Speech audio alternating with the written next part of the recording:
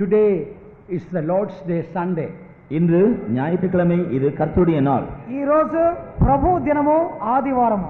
I want to take you all for a sightseeing tour this morning. இந்த காலையிலே நான் உங்களை எல்லாரையும் ஒரு சுற்றுலா பயணத்துக்கு கொண்டு போக போகிறேன். ప్రియులారా, ఈ ఉదయకాలం ముందు మిమ్మల్ని అందరినీ కొన్ని కార్యములను చూచుటకు గాను మిమ్మల్ని ప్రదర్శనశాలకు తీసుకుని వెళ్ళగోరుతున్నాను. Will you all come with me for an exciting sightseeing tour this morning? இந்த காலையிலே உற்சாகமூட்டக்கூடியதான அந்த சுற்றுலா பயணத்திற்கு நீங்கள் என்னோடு கூட வருவீர்களா? మీరందరూ నాతో పాటు కలిసి ఈ విధముగా చుట్టూ ఊరు తిరిగి వచ్చే కార్యములను చూచుటకు గాను వచ్చుటకు మీకు ఇష్టమేనా? Some of you may say, Pastor, Sunday sightseeing tour is not very good. உங்களில் ஒரு சிலர் சொல்லலாம், பாஸ்டர், ஞாயிற்றுக்கிழமையில சுற்றுலா போவது நல்லதில்லை. మీలో కొంతమంది చెప్పొచ్చును, పాస్టర్ గారండి ఆదివారం పూట ఊరు తిరిగి రావటం మంచిది కాదు కదా అని చెప్పవచ్చును. I agree with you. நான் அதை ఒప్పుకొల్கிறேன். అది సరే. But this is one of the exciting sightseeing tour. ஆனால் இதுவோ மிகவும் பரவசமூட்டக்கூடியதான ஒரு சுற்றுலா பயணம். అయితే ఇది మనలను ఉత్తేజపరులుగా మార్చినటువంటి ఒక కార్యమై ఉన్నది. Suppose somebody will tell you there are 7 wonders in the world and you will be taken on a tour to see all the 7 wonders in the world. Perhaps many people will be excited about it. ஒருவேளை யாராகிலும் உங்களை பார்த்து உலகத்தில் 7 அதிசயங்கள் காணப்படுகிறது, அந்த அதிசயங்கள் காணப்படுகிற இடங்களுக்கெல்லாம் உங்களை சுற்றுப்பயணம் கொண்டு போக போகிறோம் என்று சொன்னால் நீங்கள் அதை குறித்து எவ்வளவு சந்தோஷப்படுவீர்கள், எவ்வளவு பரவசமடைவீர்கள். ఎవరైనా మీ యొద్దకు వచ్చి లోకములో 7 వింతలు ఉన్నవి, ఆ వింతైన స్థలములను చూపిస్తాను రమ్మంటే మీరు ఎంత ఉత్తేజపరులుగా ఉందరు. In the ancient world there were 7 wonders, but now almost all of them finished except the Egyptian pyramids. முந்தின நாட்களில் 7 விதமான உலக அதிசயங்கள் இருந்தன. ஆனால் தற்காலத்தில் அவைகளெல்லாம் ஏறக்குறைய அழிந்து எகிப்து தேசத்தின் பிரமிடுகள் தவிர மற்றவைகள் அதிகமாக இருக்கவில்லை. పూర్వ కాలములో లోకములో 7 విధములైన వింతైనటువంటి కార్యములు ఉండెను. ఇప్పుడైతే దాదాపు అన్నీ పోయి ఉన్నవి. ఐగుప్తు దేశం యొక్క పిరమిడ్లు తప్ప వేరేమీ లేవు. Now in the present modern world also there are 7 wonders in this world. One, as we know, one is Taj Mahal, another is Niagara Falls, etc. தற்கால நவீன உலகத்தில் 7 விதமான அதிசயங்கள் உள்ளன. அவைகளில் ஒன்று தாஜ்மஹால், மற்றொன்று நயாகரா நீர்வீழ்ச்சி ஆகியவைகள் என்று உங்களுக்கு தெரியும். ప్రస్తుత కాలములోనూ 7 విధములైనటువంటి వింతైన కార్యములు ఉన్నవి. ఉదాహరణకు తాజ్ మహల్, నయాగరా జలపాతము, ఇటువంటివి 7 ఉన్నవి. But this morning I want to take you not to the 7 wonders of the world, but there are 7 greatest wonders in the Word of God. நான் இந்த காலையிலே இந்த உலகத்தில் காணப்படுகிற 7 விதமான அதிசயங்களுக்கு உங்களை கொண்டு போவதில்லை. வேதத்தில் காணப்படுகிற அதை பார்க்கலும் மிகவும் அதிசயமான 7 ஆச்சரியமான காரியங்களுக்கு நான் உங்களை கொண்டு போக விரும்புகிறேன். లోకములో ఉన్నట్టు వింతైన 7 కార్యములను చూసుట కాదు, దేవుని వాక్యములో ఉన్న 7 విధములైన ఆశ్చర్య కార్యములను చూపబోతున్నాను. All the 7 wonders or what are wonders in the world will one day all perish, but these wonders will remain forever and ever. இந்த உலகத்திலே காணப்படுவதான இந்த 7 விதமான அதிசயமான காரியங்கள் எல்லாம் ஒரு நாள் அழிந்து போகும். ஆனால் வேத வசனத்தில் காணப்படுகிற இந்த அதிசயங்களோ என்றென்றைக்கும் நிலைத்திருக்கும். లోకములో ఉన్నట్టు వింతైన 7 కార్యములు ఒకరోజు నాశనం అయిపోవును. దేవుని వాక్యములో ఉన్న ఈ ఆశ్చర్య కార్యములు ఎన్నటికనే నాశనం అవ్వవు. Now it is time to turn to the Word of God to see 7 greatest wonders that we find in the Word of God. வேத வசனத்திலே குறிப்பிடப்பட்டிருக்கிறதான 7 மிக மிக ஆச்சரியமான அதிசயங்களை காணும்படியான நேரம் இது. దేవుని వాక్యములో ఉన్నట్టు ప్రాముఖ్యమైన 7 ఆశ్చర్యమైన కార్యములను చూసే సమయం ఇది. Definitely these are we can call the greatest wonders or most blessed things in the Word of God. நிச்சயமாகவே இவைகள் மிகவும் பெரிய அதிசயங்கள், வேதவசனம் சொல்லப்பட்டிருக்கிற மிகவும் ஆசீர்வதிக்கப்பட்ட காரியங்கள். నిశ్చయముగా చెప్పాలంటే చాలా గొప్ప అయినటువంటి ఆశ్చర్య కార్యమైన 7 కార్యములు.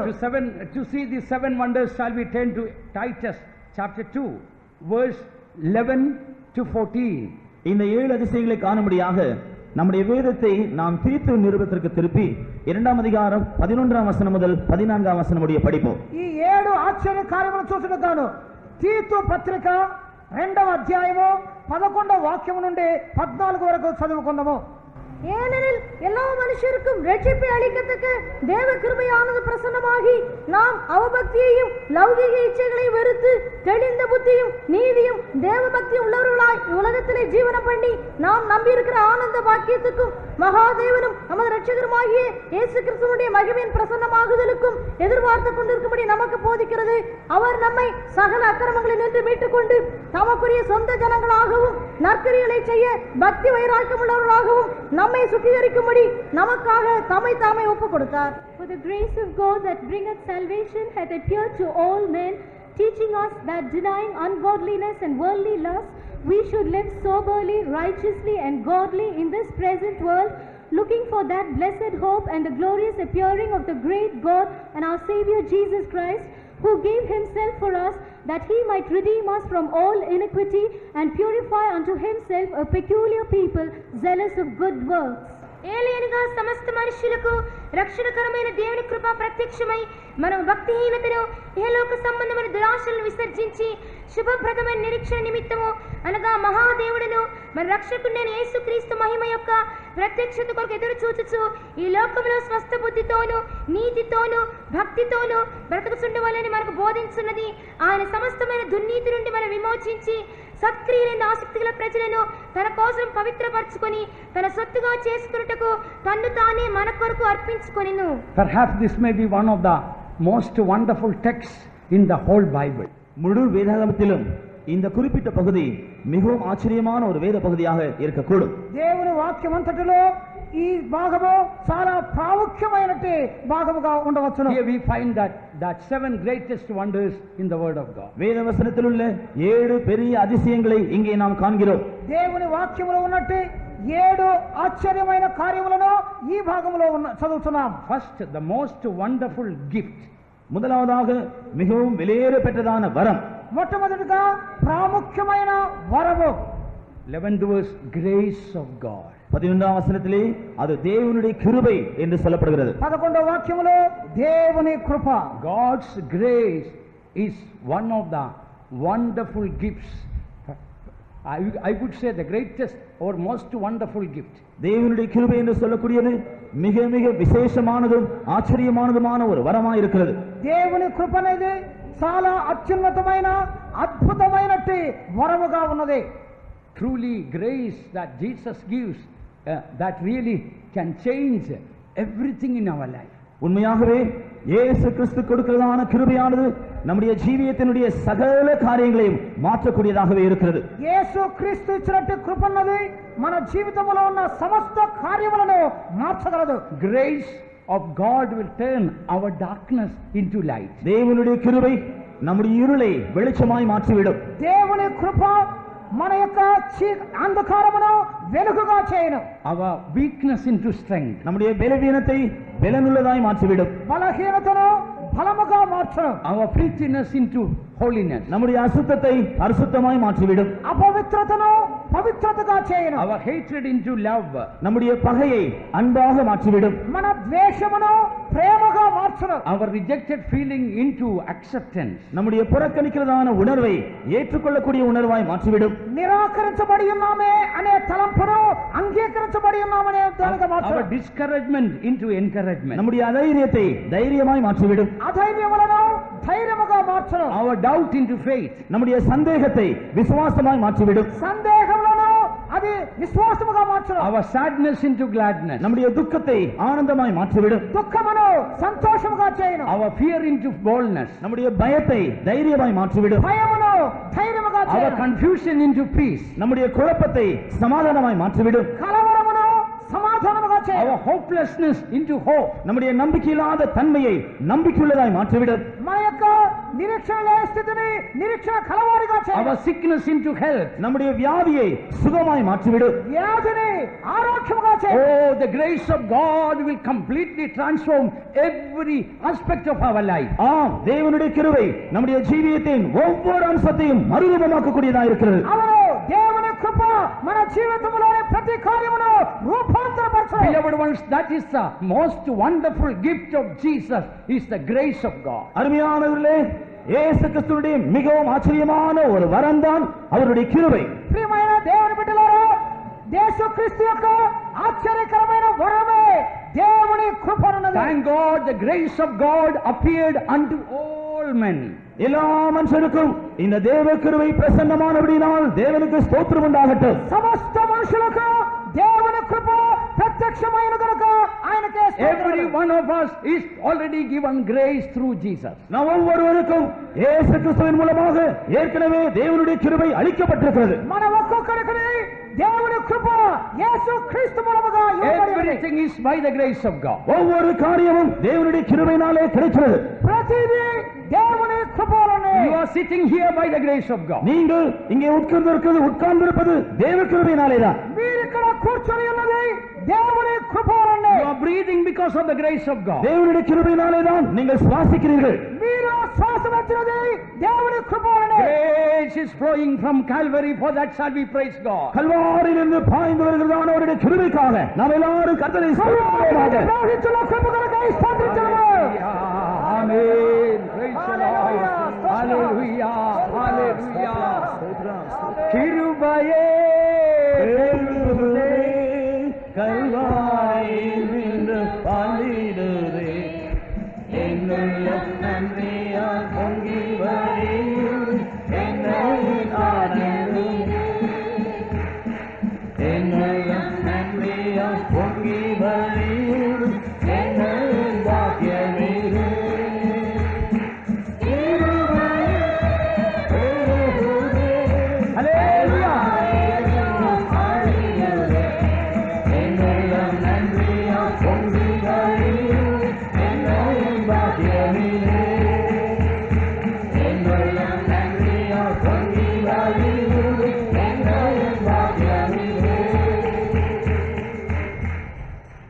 And next, the most wonderful plan of God.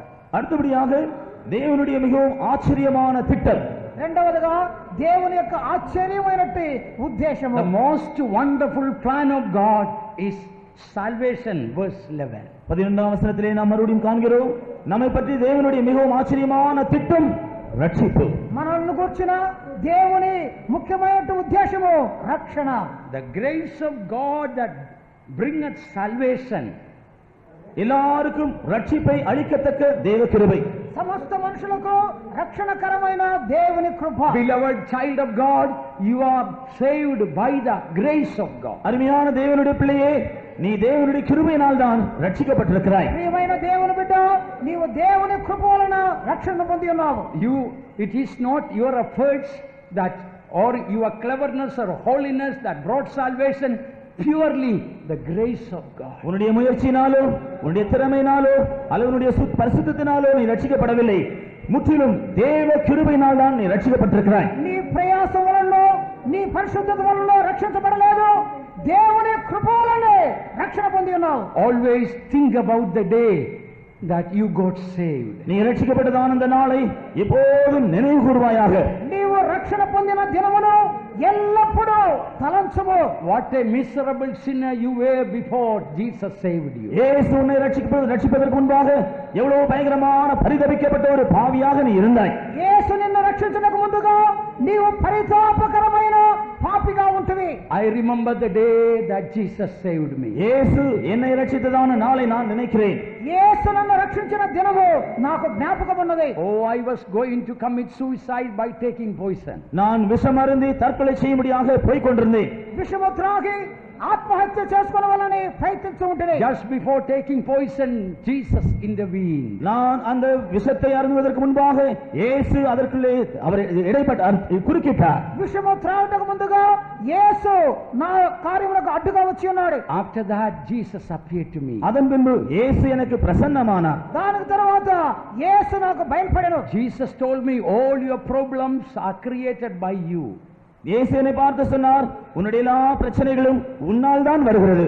యేసు నాతో చెప్పెను, నీ సమస్యలన్నిటికీ నీవే కారణము. Oh, it was a great discovery for me. அது அன்றைக்கு நான் கண்டுபிடித்த ஒரு பெரிய காரியமாக இருந்தது.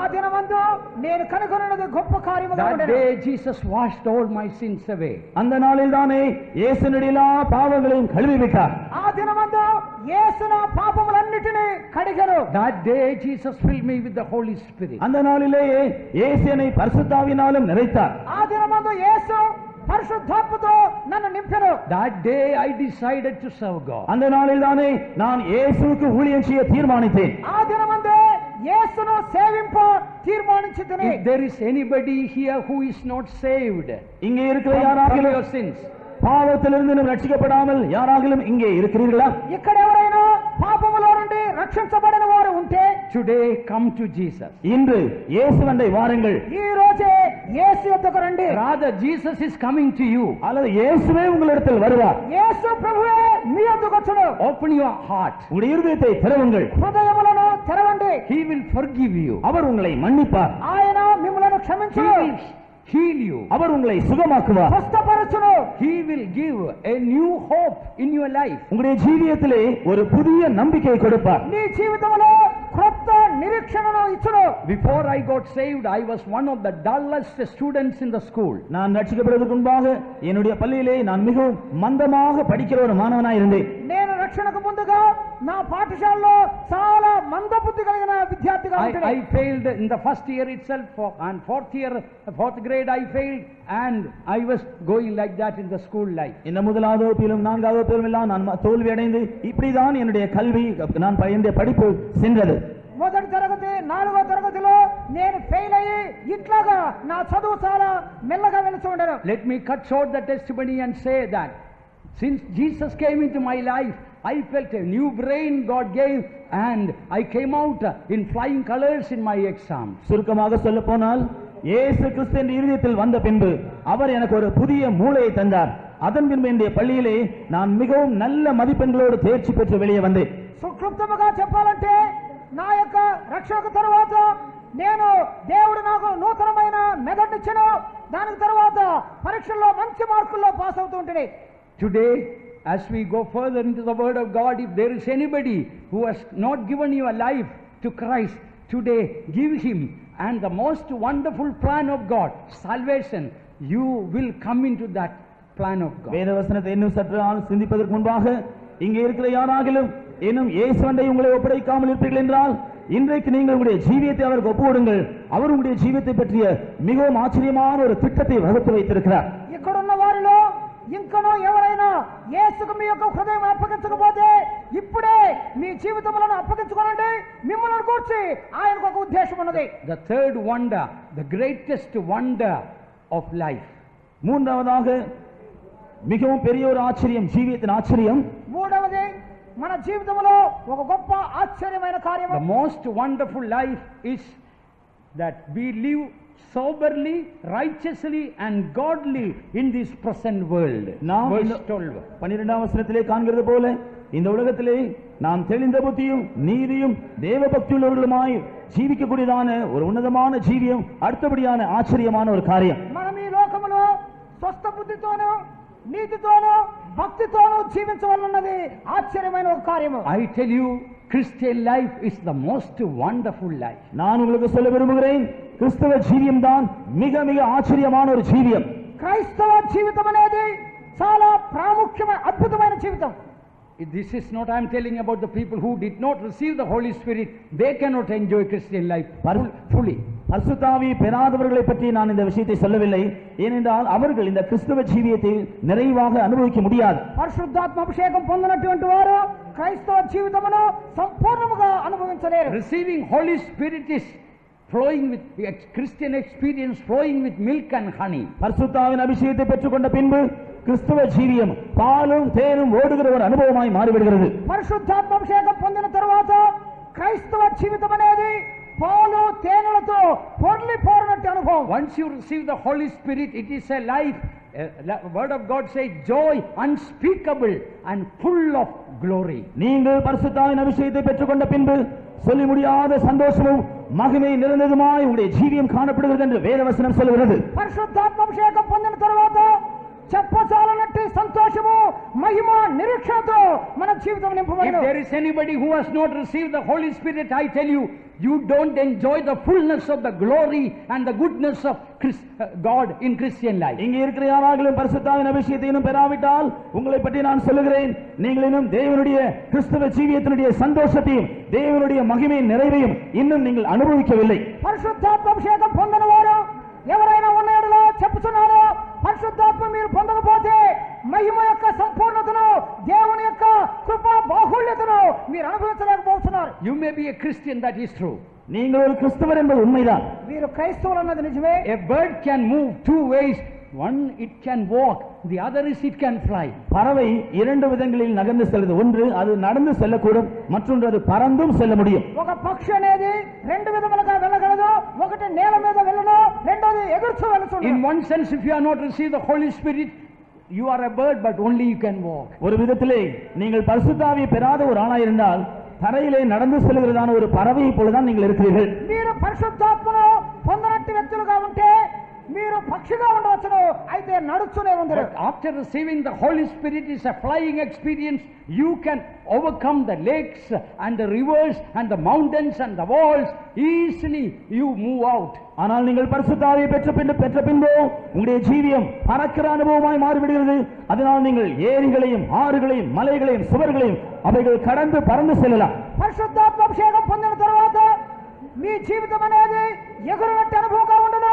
మీరు నదులను, మీ కోనేరులను, పర్వతములను దాటిపోవచ్చు. All those who have received the Holy Spirit with the evidence of speaking in tongues, now shout hallelujah. அந்நிய பாஷை அடையாளத்தோடு பரிசுத்த ஆவியின் அபிஷேகத்தை பெற்றுக்கொண்ட யாவரும் ஹல்லேலூயா சொல்லுவோம். అన్య భాషల గుర్తుతో And the others also, I tell you, even to this morning service, you can be filled with the Holy Spirit and you can go out of this place speaking in tongues. மற்றவர்களுக்கு நான் இந்த வேளையில் சொல்ல விரும்புகிறேன், இந்த காலையில் தானே நீங்கள் பரிசுத்த ஆவியை பெற்றுக்கொண்டு அபிஷேகம் பண்ணப்பட்ட ஒரு நபராக இந்த இடத்தை விட்டு திரும்பி போகலாம். ఈ ఉదయ కాలమందు నేను చెప్తున్నాను, మీరు కూడా పరిశుద్ధాత్మను పొంది ఈ స్థలములో వదిలి వెళ్ళినప్పుడే అన్య భాషలతో మాట్లాడుతూ మీరు వెళ్ళవలెను. Again I tell you, as Brother Paul from Canada gave the testimony and told, heaven came down and glory filled my soul. Beloved ones, that is the experience of being filled in the Spirit of God. அருமையானவர்களே, கென்யாவிலிருந்து வந்த brother பால் அவர்கள் சாட்சியிலே சொன்ன வண்ணமாக பரலோகம் வந்து எனக்குள் வந்து அவருடைய மகிமை என்னை நிறைத்தது என்று சொன்னது போலவே பரிசுத்த ஆவியின் அபிஷேகத்தை நீங்கள் பெற்றுக்கொள்ளும் பொழுது அந்த அனுபவம் உங்களுடைய அனுபவமாய் மாறிவிடுகிறது. కెన్యా నుండి వచ్చిన బ్రదర్ పాల్ చెప్పిన విధముగా పరలోకము తెరవబడి మహిమలో దిగినది స్థలములో చెప్పినట్లుగా మీరు కూడా అన్ని భాషలతో మాట్లాడుతూ అట్టి అనుభవంతో తిరిగి వెళ్ళవలెను. The most wonderful life is living soberly, righteously and godly in this present world, and that experience can only come by the help of the Holy Spirit. இந்த உலகத்திலே ஜீவிக்கக்கூடிய மிக மிக அற்புதகரமான ஒரு ஜீவம் என்னவென்றால் தெளிந்த புத்தியுள்ளவர்களும் நீதியும் தேவ பக்தியுள்ளவர்களுமாய் இந்த உலகத்தில் ஜீவிப்பதுதான். அந்த அனுபவத்தை பரிசுத்த ஆவியின் அபிஷேகத்தை நீங்கள் பெற்றுக்கொள்வதன் மூலமாக மாத்திரமே செய்ய முடியும். మనము చేయగలిగినట్టు అద్భుతమైన జీవితం ఏమిటంటే స్వస్థ బుద్ధితో, నీతితో, భక్తితో బ్రతకటమే. ఆ అనుభవము పరిశుద్ధాత్మ మూలముగా మనకు లభించున్నది. Only the people, those who receive the Holy Spirit and lived in the Spirit of God, they only, when Jesus will come out of the tomb and out of this body to meet the Lord. யாரெல்லாம் பரிசுத்த ஆவியின் அபிஷேகத்தை பெற்று ஆவியின் நிறைவில் ஜீவிக்கிறார்களோ அவர்கள்தான் இயேசு கிறிஸ்து கல்லறையிலிருந்து வெளியே வந்தது போல இயேசு வரும்பொழுது அவர்களும் கல்லறை விட்டு வெளியே மகிமையோடு வருவார்கள். ఎవరైతే పరిశుద్ధాత్మ అభిషేకం పొంది ఉందరో వారు మాత్రమే యేసు ప్రభువునే వారు సమాధుల్లో నుండి బయటకు వచ్చి ఎగిరిపోదురు. Maybe there may be some people who didn't receive the Holy Spirit. ஒருவேளை இங்கே சிலர் பரிசுத்த ஆவி பெறாதவர்கள் இருக்கலாம். ఈ స్థలములో కొంతమంది పరిశుద్ధాత్మ పొందకుండా ఉండవచ్చు. Maybe some of you have not received a new anointing in this convention. இந்த கன்வென்ஷனிலே உங்களில் சிலர் புதிய அபிஷேகத்தை பெறாமலும் இருக்கலாம். మీలో కొందరి కన్వెన్షన్ లో నూతన అభిషేకము ఇంకనూ పొందకుండా ఉండవచ్చు. I believe this morning Jesus with all his glory and majesty is here to bless us and fill us also. நம்மை ஆசீர்வதிக்கும்படியாக, நம்மை அவருடைய சகல ஆசீர்வாதங்களின் நிறைவோடு நிறைக்கும்படியாக இயேசு கிறிஸ்து சகல மகிமையோடும் மாட்சிமையோடும் நம்முடைய மத்தியில் இருக்கிறார் என்று நான் விசுவாசிக்கிறேன். మనలను సమస్త ఆశీర్వాదములతో నింపుటకై యేసు క్రీస్తు మహిమ మహత్యములతో మన మధ్య ఉన్నాడు. Shall we close our eyes 1 minute? ஒரு நிமிஷம் இந்த கண்களை மூடுவோமா? ఒక నిమిషము కన్నులను మూసుకుందాము. And if you believe, you will see God's glory this morning. இப்பொழுது நீங்கள் விசுவாசித்தால் இந்த காலையில் தேவனுடைய மகிமையை காண்பீர்கள். మీరు నమ్మిన యెడల దేవుని మహిమను ఈ ఉదయకాలమందు చూడగలరు. Holy Spirit is the glory of God. பரிசுத்த ஆவியானவர் தான் தேவனுடைய மகிமை. పరిశుద్ధాత్ముడే దేవుని మహిమ. If you believe, you will see the glory of God. நீங்கள் விசுவாசித்தால் தேவனுடைய மகிமையை காண்பீர்கள். మీరు నమ్మినడలా దేవుని మహిమను చూచెదరు. In the name of Jesus, you will burst out in tongues. நீங்கள் இயேசு கிறிஸ்துவின் நாமத்தினால் அந்நிய பாஷைகளை பேசுவீர்கள். యేసు నామములో మీరు అన్య భాషలతో మాట్లాడుదురు. In the name of Jesus, you will burst out in tongues. இயேசு கிறிஸ்துவின் நாமத்தில் அந்நிய பாஷைகளை பேச முடியாது. உங்களுடைய வாய் திறக்கப்படும். యేసు క్రీస్తు నామములో మీ నోరు తెరచి అన్య భాషలు Let the మాట్లాడండి. power of Holy Spirit come upon you now. பரிசுத்த ஆவியின் அக்கினி இப்பொழுது உங்கள் மேல் இறங்கி வரட்டும். అత్తే అత్తే ఎదురు.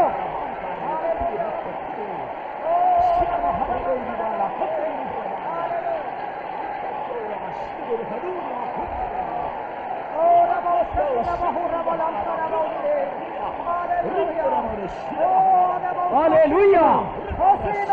Hallelujah.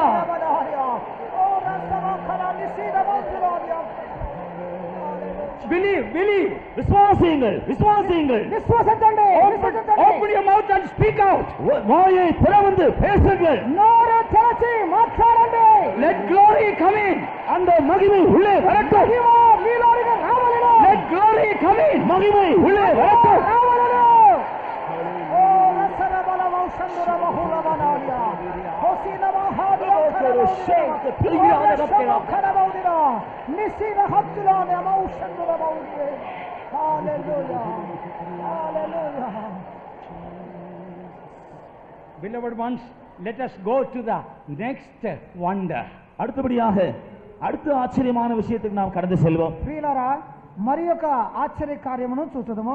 Beloved child of God, you believe this morning God wants to bless you. அருமையான தேவனுடைய பிள்ளையே, இந்த காலையில் தேவன் உன்னை ஆசீர்வதிக்க விரும்புகிறார் என்று விசுவாசிக்கிறாயா? దేవుని బిడ్డలారా ఈ ఉదయ కాలమందు దేవుడు మిమ్మల్ని ఆశీర్వదించగోరుచున్నాడని నీవు నమ్ముతున్నావా? Even if you had been a rebellious person against God, ஒருவேளை நீர்வரையிலும் தேவனுக்கு விரோதமாக மிகவும் முரட்டாட்டம் பண்ணுகிற ஒரு ஆளாக இருந்திருக்கலாம். ఇంతవరకు దేవునికి విరోధముగా నీవు తిరుగుబాటు చేసిన వ్యక్తిగా ఉండవచ్చు. my Bible says that he loadeth with gifts even to the rebellious also. அவர் முரட்டாட்டம் பண்ணுகிறவர்களுக்கும் கூட அவருடைய சகல நன்மைகள் வரங்களினால் அவர்களை நிறைக்கிறார் என்று என் வேதம் சொல்கிறது. దేవుడు తనకు విరోధముగా తిరుగుబాటు చేయవారికని ఆయన వరములను ఈవులను ఇచ్చి ఉన్నాడు. You go home and read Psalm 68:18 says, even to the rebellious he gives gifts. நீங்கள் வீட்டில் போய் படித்து பாருங்கள். 68ஆம் சங்கீதம் 18ஆம் வசனத்திலே அவர் முரட்டாட்டம் உள்ளவர்களையும் அவருடைய நன்மைகளால் நிரப்புகிறார். 68వ కీర్తన 18వ వాక్యములో ఆయన తిరుగుబాటు చేయవారికి కూడా వరములను ఇచ్చుతున్నాడు. Even you have been a rebellious backslider, today the grace of God, the salvation of God, the wonderful life of God, the gifts of God are coming to you. ஒருவேளை இன்றைக்கு நீங்கள் மிகவும் முரட்டாட்டம் பண்ணக்கூடிய ஒரு பின்மாற்றக்காரனாக இருந்தாலும் தேவனுடைய கிருபை, தேவனுடைய ரட்சிப்பு, தேவனுடைய இரக்கம், தேவனுடைய சகல ஆசீர்வாதங்கள் உங்கள் மேல் வந்திருக்கிறது. మీరు మొరటుతనము కలిగినట్టు వెనుకంజ వేసిన వ్యక్తిగా ఉన్నప్పటికీ దేవుని కృప, రక్షణ, వరములు, కృపలు నీకు ఇవ్వబడుతున్నాయి. How many of you believe that God brought you here to bless you? தேவன் உங்களை ஆசீர்வதிக்கும்படியாகவே இங்கே கொண்டு வந்தார் என்று எத்தனை பேர் விசுவாசிக்கிறீர்கள்? నన్ను ఆశీర్వదించుటకే దేవుడు ఇక్కడకు తెచ్చి ఉన్నాడని మీలో ఎంతమంది నమ్ముతున్నారు? I believe God will honor your faith. தேவன் உங்களுடைய விசுவாசத்தை கனம் பண்ணுவார் என்று நான் நம்புகிறேன். దేవుడు మీ విశ్వాసమును ఘనపరచునని నేను In నమ్ముతున్నాను. fact, right from Wednesday, God has been blessing us. உண்மையாக சொல்ல போனால் புதன்கிழமையிலிருந்தே தேவன் நம்மை ஆசீர்வதித்துக் கொண்டே இருக்கிறார். నిజముగా చెప్పాలంటే బుధవారం నుండే దేవుడు మనలను ఆశీర్వదించు ఉన్నాడు. In fact, even the procession that we had last Sunday was a really encouraging, blessed one. இன்னும் சொல்ல போனால் கடந்த ஞாயிற்றுக்கிழமை நடந்ததான நம்முடைய பவனி உண்மையாக ஒரு ஆசீர்வதிக்கப்பட்டதாய் உற்சாகமூட்டக்கூடியதாகவே இருந்தது. పోయిన వారం జరిగినట్టు ఆ ఊరేగింపు కూడా చాలా ఆశీర్వాదకరముగాను మమ్మలను ఉత్సాహపరచునదిగా Let కనబడింది. us go to the fourth wonder in the Word of God. இப்பொழுது வேத வசனத்தில் இருக்கிற நான்காவது அற்புதமான காரியத்திற்கு நாம் செல்வோம். నాలుగవ ఆశ్చర్య కార్యమును The చూడబోతున్నాం. most wonderful hope. மிகவும் ஆச்சரியமான நம்பிக்கை. ఆశ్చర్యకరమైన నిరీక్షణ. verse 13, looking for that blessed hope and the glorious appearing of the great God and our Savior Jesus Christ. நாம் நம்பி இருக்கிற அந்த ஆனந்த பாக்கியத்திற்கும் மகாதேவனும் நமது இரட்சகருமாகிய இயேசு கிறிஸ்துவின் மகிமையின் பிரசன்னமாகுதலுக்கும் எதிர்பார்த்து கொண்டிருப்பது. మహాదేవుడును మన రక్షకుడైన యేసుక్రీస్తు మహిమ యొక్క ప్రత్యక్షత కొరకు ఎదురు చూచుచు. Beloved ones, the most wonderful hope, the most blessed hope is the coming of the Lord. அருமையானவர்களே, மிகவும் ஆச்சரியமான நம்பிக்கையும் மிகவும் வாக்கியகரமான நம்பிக்கை என்னவென்றால் கர்த்தருடைய வருகை பற்றிய நம்பிக்கைதான். ప్రియులారా, మిక్కిలి అద్భుతమైన ఆశ్చర్యకరమైన నిరీక్షణ ఏమిటంటే ప్రభు రాకడను కూర్చున్నదే. Perhaps this may be the last convention here in Irumbuliyur. ஒருவேளை இந்த இரும்புலியூரிலே இந்த கன்வென்ஷன் கடைசி கன்வென்ஷனாக கூட இருக்கலாம். ఒకవేళ ఈ ఇరుంబులియూరులో ఇదే చివరి కన్వెన్షన్ అయి ఉండవచ్చును. In this convention only from few countries people have come. இந்த கன்வென்ஷனுக்கு சில தேசங்களில் இருந்து மாத்திரம்தான் ஜனங்கள் வந்திருக்கிறார்கள். ఈ కన్వెన్షన్ కు కొన్ని దేశముల నుండి ప్రజలు వచ్చి ఉన్నారు. But very soon there is going to be an international convention in the mid sky. வெகு சீக்கிரத்திலே மத்திய ஆகாயத்தில் சர்வதேச கன்வென்ஷன் நடக்க போகிறது. అతి త్వరలో మధ్యాకాశములో ఒక గొప్ప అంతర్జాతీయ కన్వెన్షన్ We జరగబోతోంది. will meet all the glorified saints there that time. அந்த வேளையிலே மகிமையடைந்த எல்லா பரிசுத்தவான்களையும் நாம் அங்கே காண்போம். మహిమపరచబడిన పరిశుద్ధులందరినీ అక్కడ మనం చూడగలము. Not only Jesus, but Saint Paul and Peter, all will be there. இயேசு மாத்திரமல்ல, பரிசுத்த பவுல், பேதுரு போன்ற எல்லா பரிசுத்தவான்களும் அங்கே இருப்பார்கள். యేసు మాత్రమే కాదు, పరిశుద్ధ పేతురు, పౌలు లాంటి అనేక పరిశుద్ధులు అక్కడ ఉన్నారు. Maybe Saint Paul may shake hand and say, Brother Prabhakaran, how did you come here? ஒருவேளை அப்போஸ்தலனாகிய பவுல் கைகுலுக்கி பாஸ்டர் பிரபாகர் எப்படி நீங்க வந்தீர்கள் என்று கேட்பார். ఒకవేళ అపోస్తలుడైన పరిశుద్ధుడైన పౌలు చేయితో కలుపుచు ప్రభాకర్ నీవు ఎట్లా ఇక్కడికి వచ్చావు అని చెప్తాడు. By the way, tell me, what will you answer? நீங்கள் அதற்கு என்ன? Amen. He will say, by the grace of God. அவர் சொல்லுவார், என்னுடைய நான் தேவனுடைய கிருபையினால் இங்கே வந்தேன். ఆయన చెప్పును, దేవుని కృప వల్ల వచ్చాను. When you will be asked, Sambat, how did you come here? Sampath, நீங்கள் எப்படி இங்கே நீ எப்படி இங்கே வந்தாய் என்று அவர் கேட்பார். బ్రదర్ సంపత్ మీరే విధముగా ఇక్కడికి He will వచ్చారు. shout and say, by the grace of God. தேவனுடைய கிருபையினாலே என்று அவர் சத்தமாய் சொல்லுவார். దేవుని కృప వల్ల వచ్చానని ఆయన అరిచి చెప్పాడు. Oh, we all will shout and say, by the grace of God I have come. நாம் எல்லாரும் சத்தமாய் சொல்லுவோம், தேவனுடைய கிருபையினால் நான் வந்தேன். మనమందరం కలిసి దేవుని కృప అని చెప్పండి. Hallelujah. Hallelujah.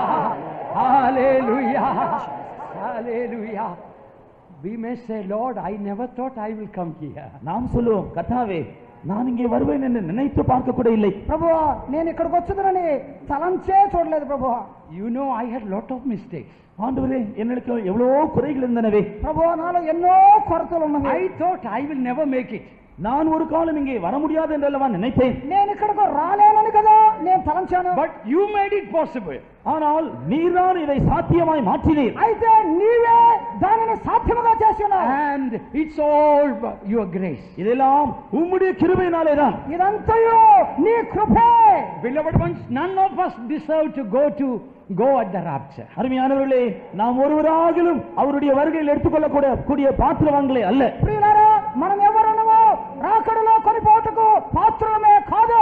If you look to your life, it is rotten. There is nothing goodness in it. Even if another 100 years are given to you, you can never be ready for the rapture. நீங்கள் உங்களுடைய ஜீவியத்தை பார்த்தால் அது எவ்வளவு சீர்கெட்டதாக காணப்படுகிறது. இன்னும் ஒரு 100 வருஷம் கொடுக்கப்பட்டாலும் கூட அது சீர்படாது. మన జీవితమును చూస్తే అది చాలా క్రమబద్ధీనముగా ఉండును. ఇంకా ఒక 100 సంవత్సరాలు ఇచ్చినను క్రమపరచలేదు. If you look to your life, you can never be ready. நீங்கள் உங்களுடைய ஜீவியத்தை பார்த்துக் கொண்டிருந்தால் ஒரு காலம் ஆயத்தப்பட முடியாது. మీరు మీ జీవితమును చూస్తే ఎన్నటికీ సిద్ధపడలేరు. But looking unto Jesus, the author and finisher of our faith, then the Lord will make it for us. ஆனால் நம்முடைய விசுவாசத்தை துவக்கிறவரும் முடிக்கிறவருமாகிய இயேசுவை நோக்கி பார்த்தால் கர்த்தர் அந்த கிரியை நம்முடைய ஜீவியத்தில் செய்வார். మన విశ్వాసమునకు కర్తయు కొనసాగించువాడైన యేసును చూస్తే అది సాధ్యమే. They that looked unto him were enlightened, their faces were not ashamed. அவரை நோக்கி பார்த்தவர்கள் பிரகாசமடைந்தார்கள், அவர்களுடைய முகங்கள் வெட்கப்பட்டு போகவில்லை. ఆయనను తేరి చూసిన వారి యొక్క ముఖములో సిగ్గునందలేదు, వారు ప్రకాశితులైరి. If you look unto yourself, you will be put to shame.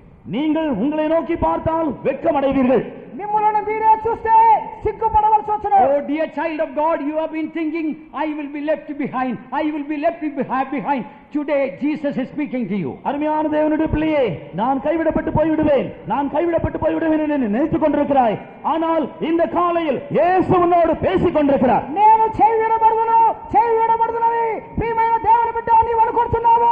ఈ రోజు యేసు నీతో By మాట్లాడుతున్నాడు. the grace of God we got saved. தேவனுடைய கிருபையினாலே நாம் எல்லாரும் ரட்சிக்கப்பட்டோம். దేవుని కృప వలన మనం రక్షణ By పొందాము. the grace of God we took water baptism. தேவனுடைய கிருபையினாலே நாம் ஞானஸ்நானம் பெற்றோம். దేవుని కృప వలన బాప్తిసం By తీసుకుంటాము. the grace of God we received the Holy Spirit. தேவனுடைய கிருபையினாலே நாம் பரிசுத்த ஆவியை பெற்றோம். దేవుని కృప వలన పరిశుద్ధాత్మను By the పొందాము. grace of God he kept us so far. தேவனுடைய கிருபையினாலே இம்மட்டுமாய் அவர் நம்மை பாதுகாத்தார். దేవుని కృప వలన ఇంతవరకు కాపాడను. And by the grace of God we will go when he comes. தேவனுடைய கிருபையினாலே அவர் வரும் பொழுது நாம் எல்லாரும் எடுத்துக்கொள்ளப்படுவோம். దేవుని కృప వలనే ఆయన వచ్చినప్పుడు మనమందరము కొనిపోబడము.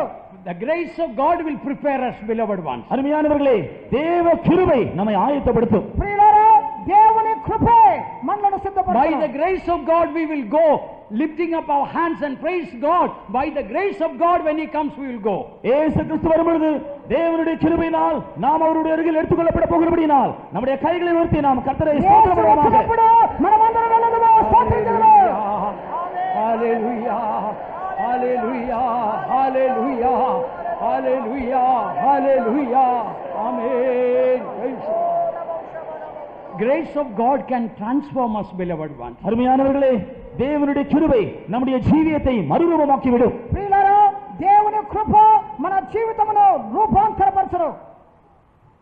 One man of God says the word grace, G-R-A-C-E, is like a gift received at the expense of Christ. Grace, அதாவது ஆங்கில பதத்தினுடைய ஒவ்வொரு வார்த்தையினுடைய கருத்தை ஒரு தேவனுடைய மனுஷன் சொல்லும் பொழுது கர்த்தராகிய இயேசு கிறிஸ்து விலைக்கரத்தை செலுத்தினபடினால் நாம் பெற்றுக்கொள்ளக்கூடியதான வரம் என்று அதை மொழிபெயர்த்திருக்கிறார். కృప అనే పదానికి ఇంగ్లీషు పదములో ఉన్నట్టు అక్షరముల యొక్క విస్తరణకు ఒక భక్తుడు చెప్తున్నాడు, యేసుక్రీస్తు కల్వారి శిలువలో చెందిన ఆ యొక్క క్రైమ్ యొక్క వరమే కృప అన్నది. Oh, sorry, gift received at Christ's expense. கிறிஸ்து தம்மை விலைக்கிரயமாய் கொடுத்தது மூலமாக நாம் பெற்றுக்கொள்ளக்கூடிய ஈவு.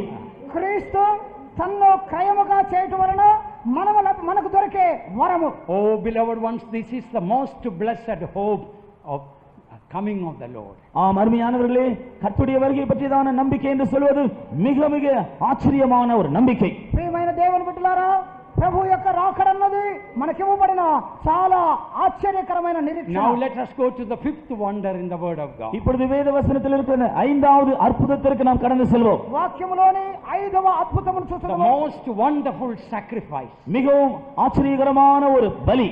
చాలా ఆశ్చర్యకరమైన బలి. Verse 14, he gave himself for us. Beloved ones, that is the greatest, the most wonderful sacrifice. 14ஆம் வசனத்திலே நாம் காண்கிறோம், அவர் தம்மை தாமே நமக்காக ஒப்புக் கொடுத்தார். அவர் விதமாய் ஒப்புக் கொடுத்தது மிக மிக அற்புதகரமான ஒரு பலியாகும். ఆయన మన కొరకై తన్ను తానే అర్పించుకొనెను. ఇది అద్భుతమైన ఒక సమర్పణ. There are so many people, great people died and became martyrs for noble things. நாம் உலகத்தில் பார்க்கும் பொழுது எவ்வளவோ பெரிய ஆட்கள் பல முக்கியமான உன்னதமான சில நோக்கங்களுக்காக அவர்கள் மரித்தார்கள், இரத்த சாட்சிகளாய் மாண்டார்கள். లోకములో ఉన్నట్టు అనేకులు అనేక గొప్ప కార్యముల నిమిత్తమై బలిగా మారి But ఉన్నారు. there is no sacrifice like the sacrifice of Christ. When we were yet sinners, he died for us. என்றாலும் நாம் பாவிகளாய் இருந்த பொழுது நமக்காக இயேசு கிறிஸ்து மரித்தாரே, அவரை போன்ற ஒரு பலி வேற எந்த பலியும் அவரை போன்ற ஒரு பலியை நாம் எங்கும் காண முடியாது. మనము ఇంకనూ పాపులుగా ఉన్నప్పుడే మన కొరకై మరణించిన ఆ యేసు యొక్క బలి లాంటిది వేరేదీ లేదు. Beloved ones, one day I had a vision of Jesus dying on the cross. அருமையானவர்களே, ஒரு நாள் இயேசு கிறிஸ்து சிலுவையில் மரித்துக் கொண்டிருக்கிற ஒரு தரிசனத்தை நான் கண்டேன். ఒక రోజు యేసుక్రీస్తు సిలువలో మరణించిన దర్శనము I చూస్తున్నాను. saw the crown of thorns, how he was bleeding.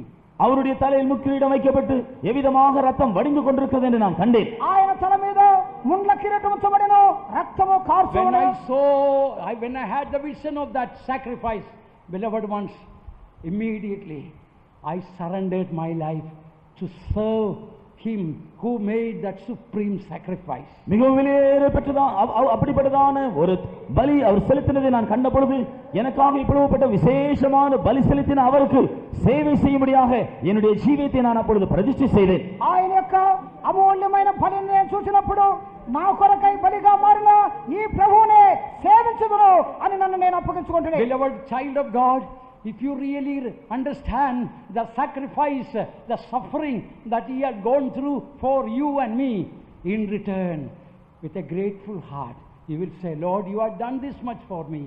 I want to serve you. அருமையான தேவனுடைய பிள்ளையே, ஆண்டவராகிய இயேசு கிறிஸ்து விலையேற செலுத்தினதான அந்த விலையேறப்பட்ட பலியையும் அவர் தன்னை தானே அர்ப்பணித்ததை நீ உண்மையாக உணர்வாய் என்றால் அதற்கு ஈடாக நீ நிச்சயமாக சொல்ல முடியும், ஆண்டவரே நான் என்னை உமக்கு ஒப்புக் கொடுக்கிறேன், உமக்காக நான் சேவை செய்வேன் என்று. ప్రభు అయిన యేసుక్రీస్తు యొక్క త్యాగ బలిని నీవు తలంచినడలో దేవా నిన్నే సేవించుదని నిన్ను నీవే ఆయనకు అప్పగించుకుంటూ తప్ప మరి ఏమీ నీవు చేయలేవు. Millions and millions of people every day going to hell.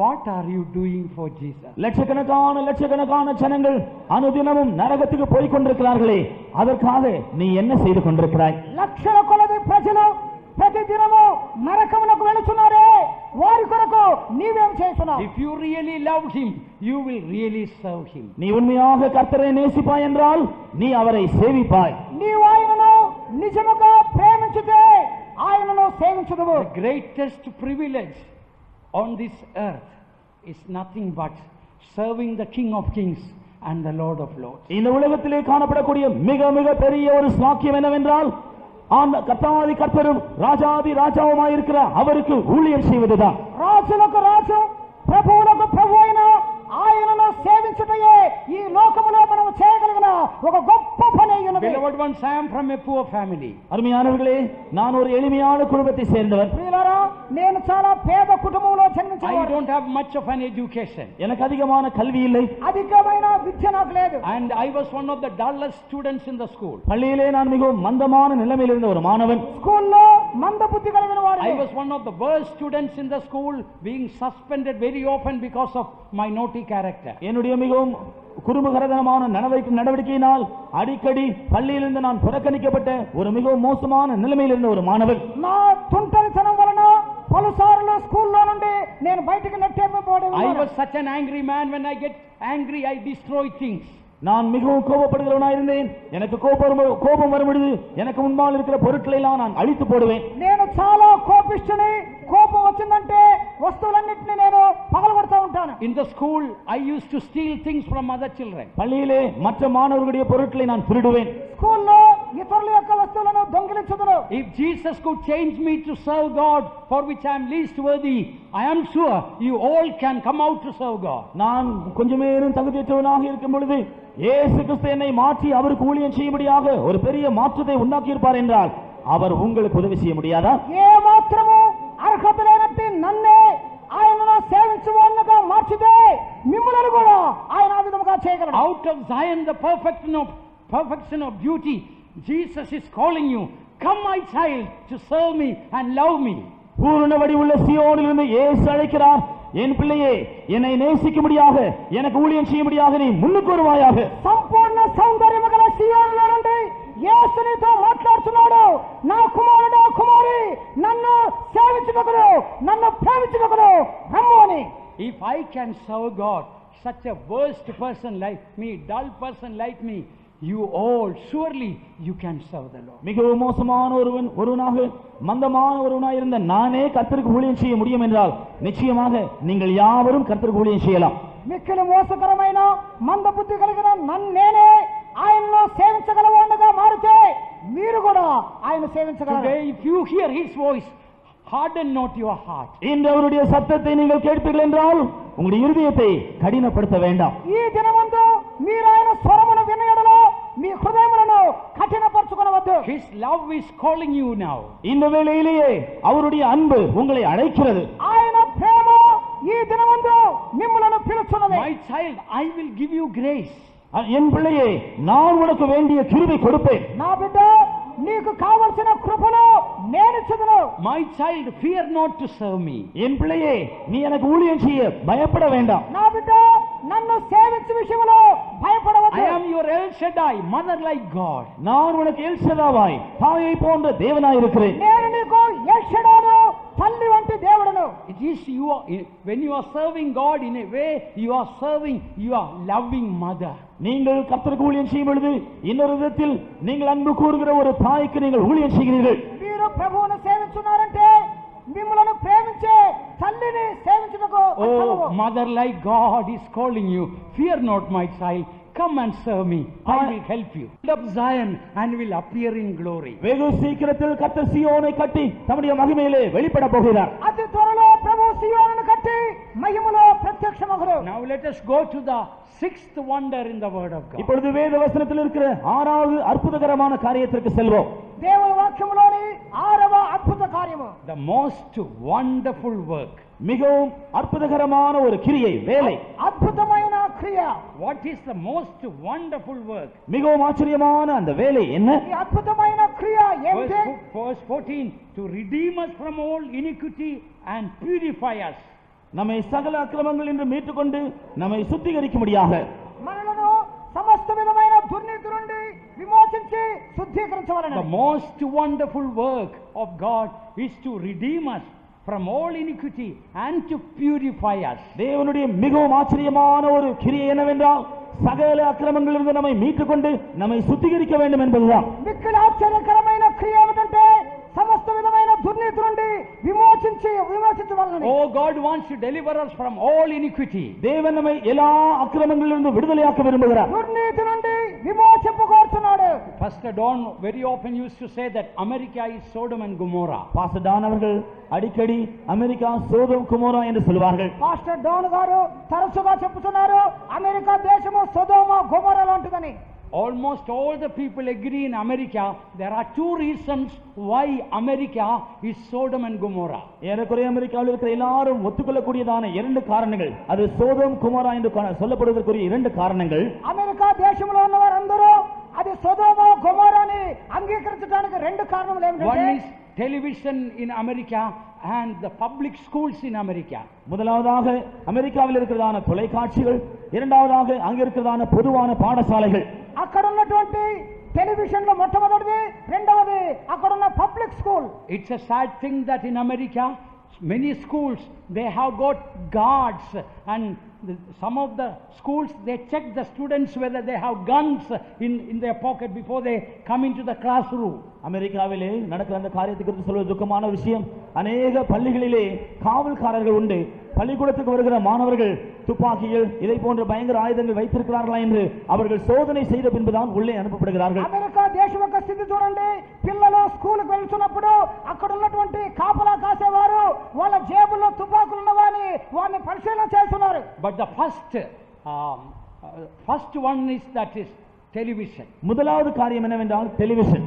మొట్టమొదటి కార్యము television. In India also I could see corruption is rapidly creeping into this country. இந்தியாவிலும் கூட வெகு வேகமாக இந்த அழிவு தீமையானது பரவி கொண்டிருக்கிறது.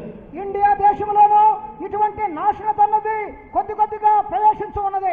If you have got a television set at home, I tell you in the name of the Father, Son and the Holy Spirit, you with your money bought a devil in the house. உங்களுடைய வீட்டிலே television இருந்தால் பிதா குமாரன் பரிசுத்தாவின் நாமத்தில் நான் உங்களுக்கு சொல்கிறது என்னவென்றால் உங்களுடைய பணத்தை செலவழித்து பிசாசை வீட்டில் வாங்கி வைத்திருக்கிறீர்கள்.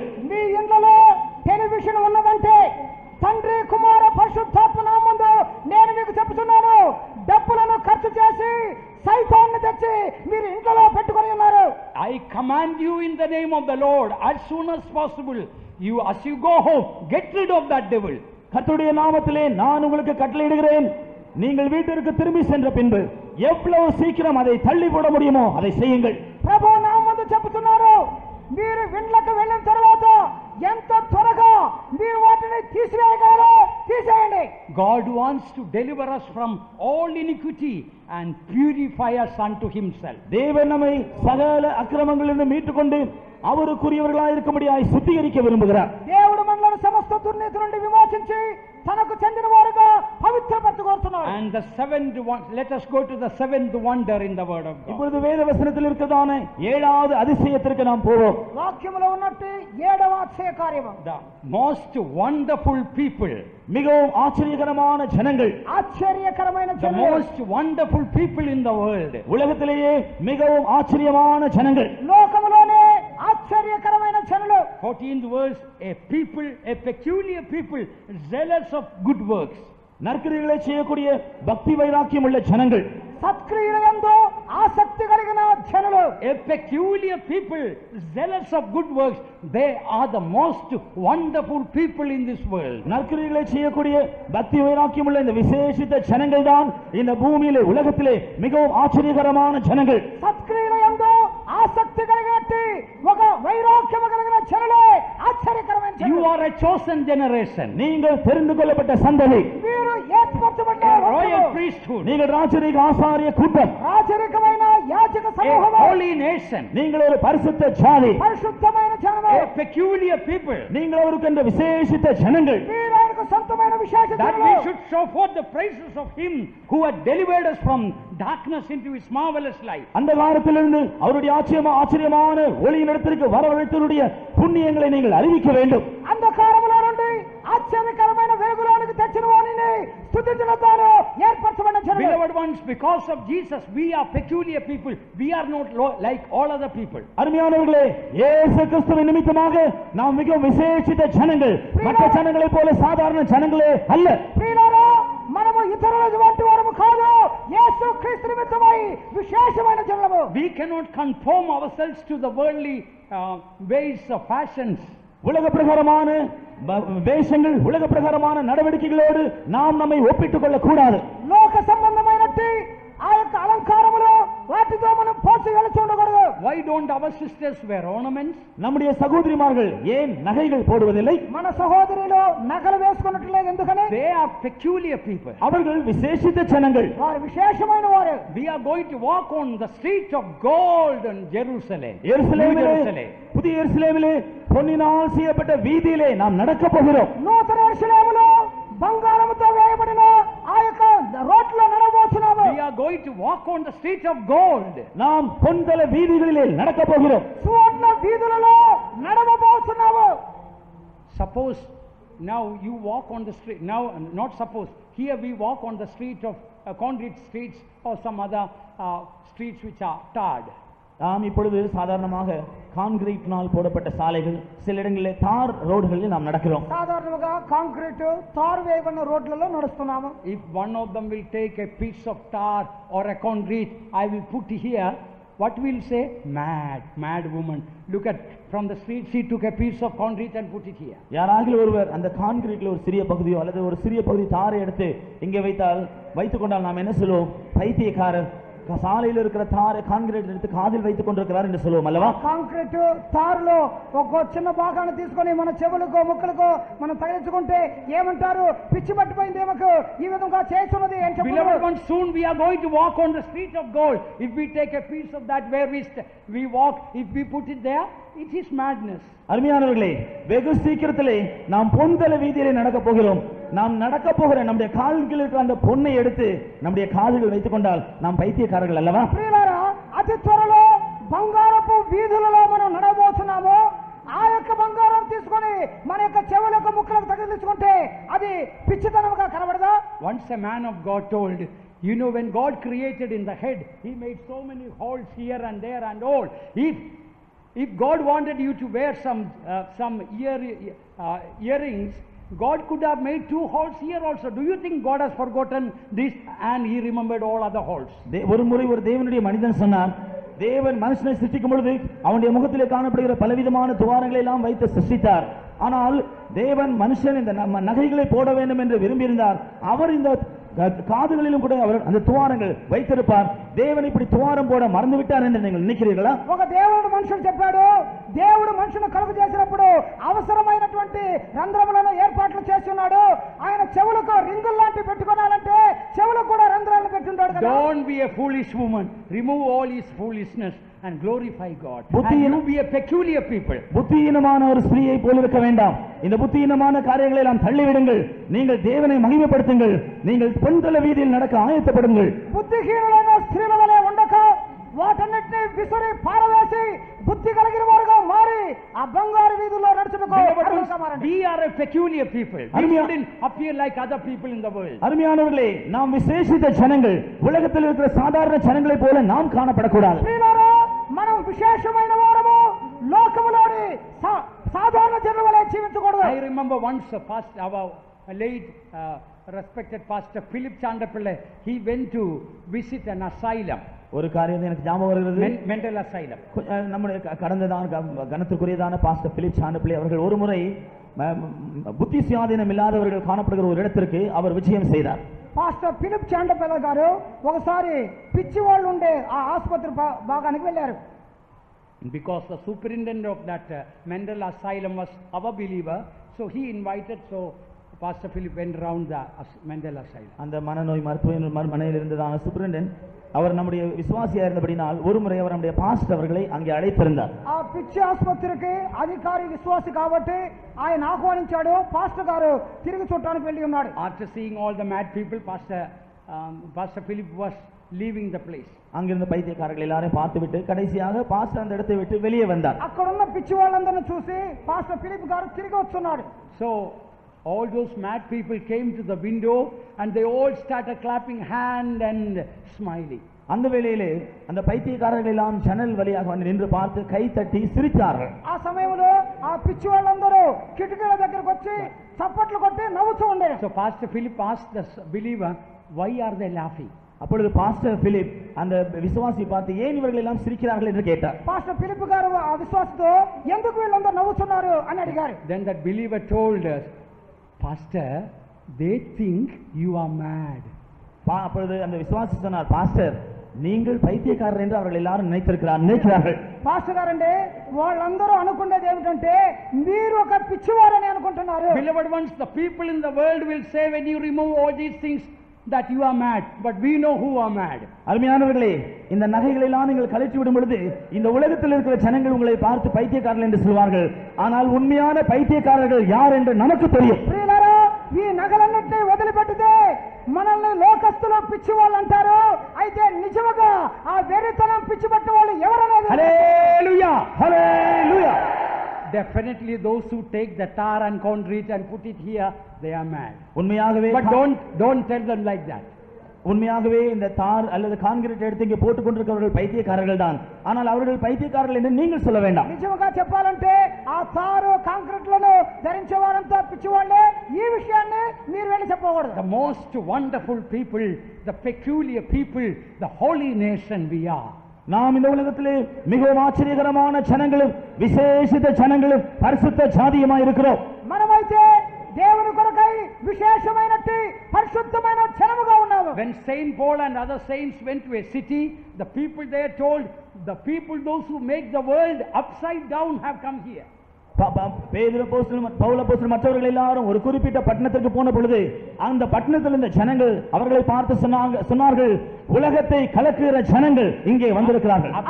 உலகத்தை தலைகீழாக கவிழ்க்கிற ஜனங்கள் இங்கே வந்திருக்கிறார்கள். అపోస్తలుడైన పౌలు తక్కిన పరిశుద్ధులు ఒకసారి ఒక పట్టణంకి వెళ్ళినప్పుడు ప్రజలు చెప్పారు, లోకమును తలక్రిందులుగా చేయవారు ఇక్కడికి వచ్చి ఉన్నారని. Suppose all the people in the world are standing upside down and you are the only one standing right side up, what will happen?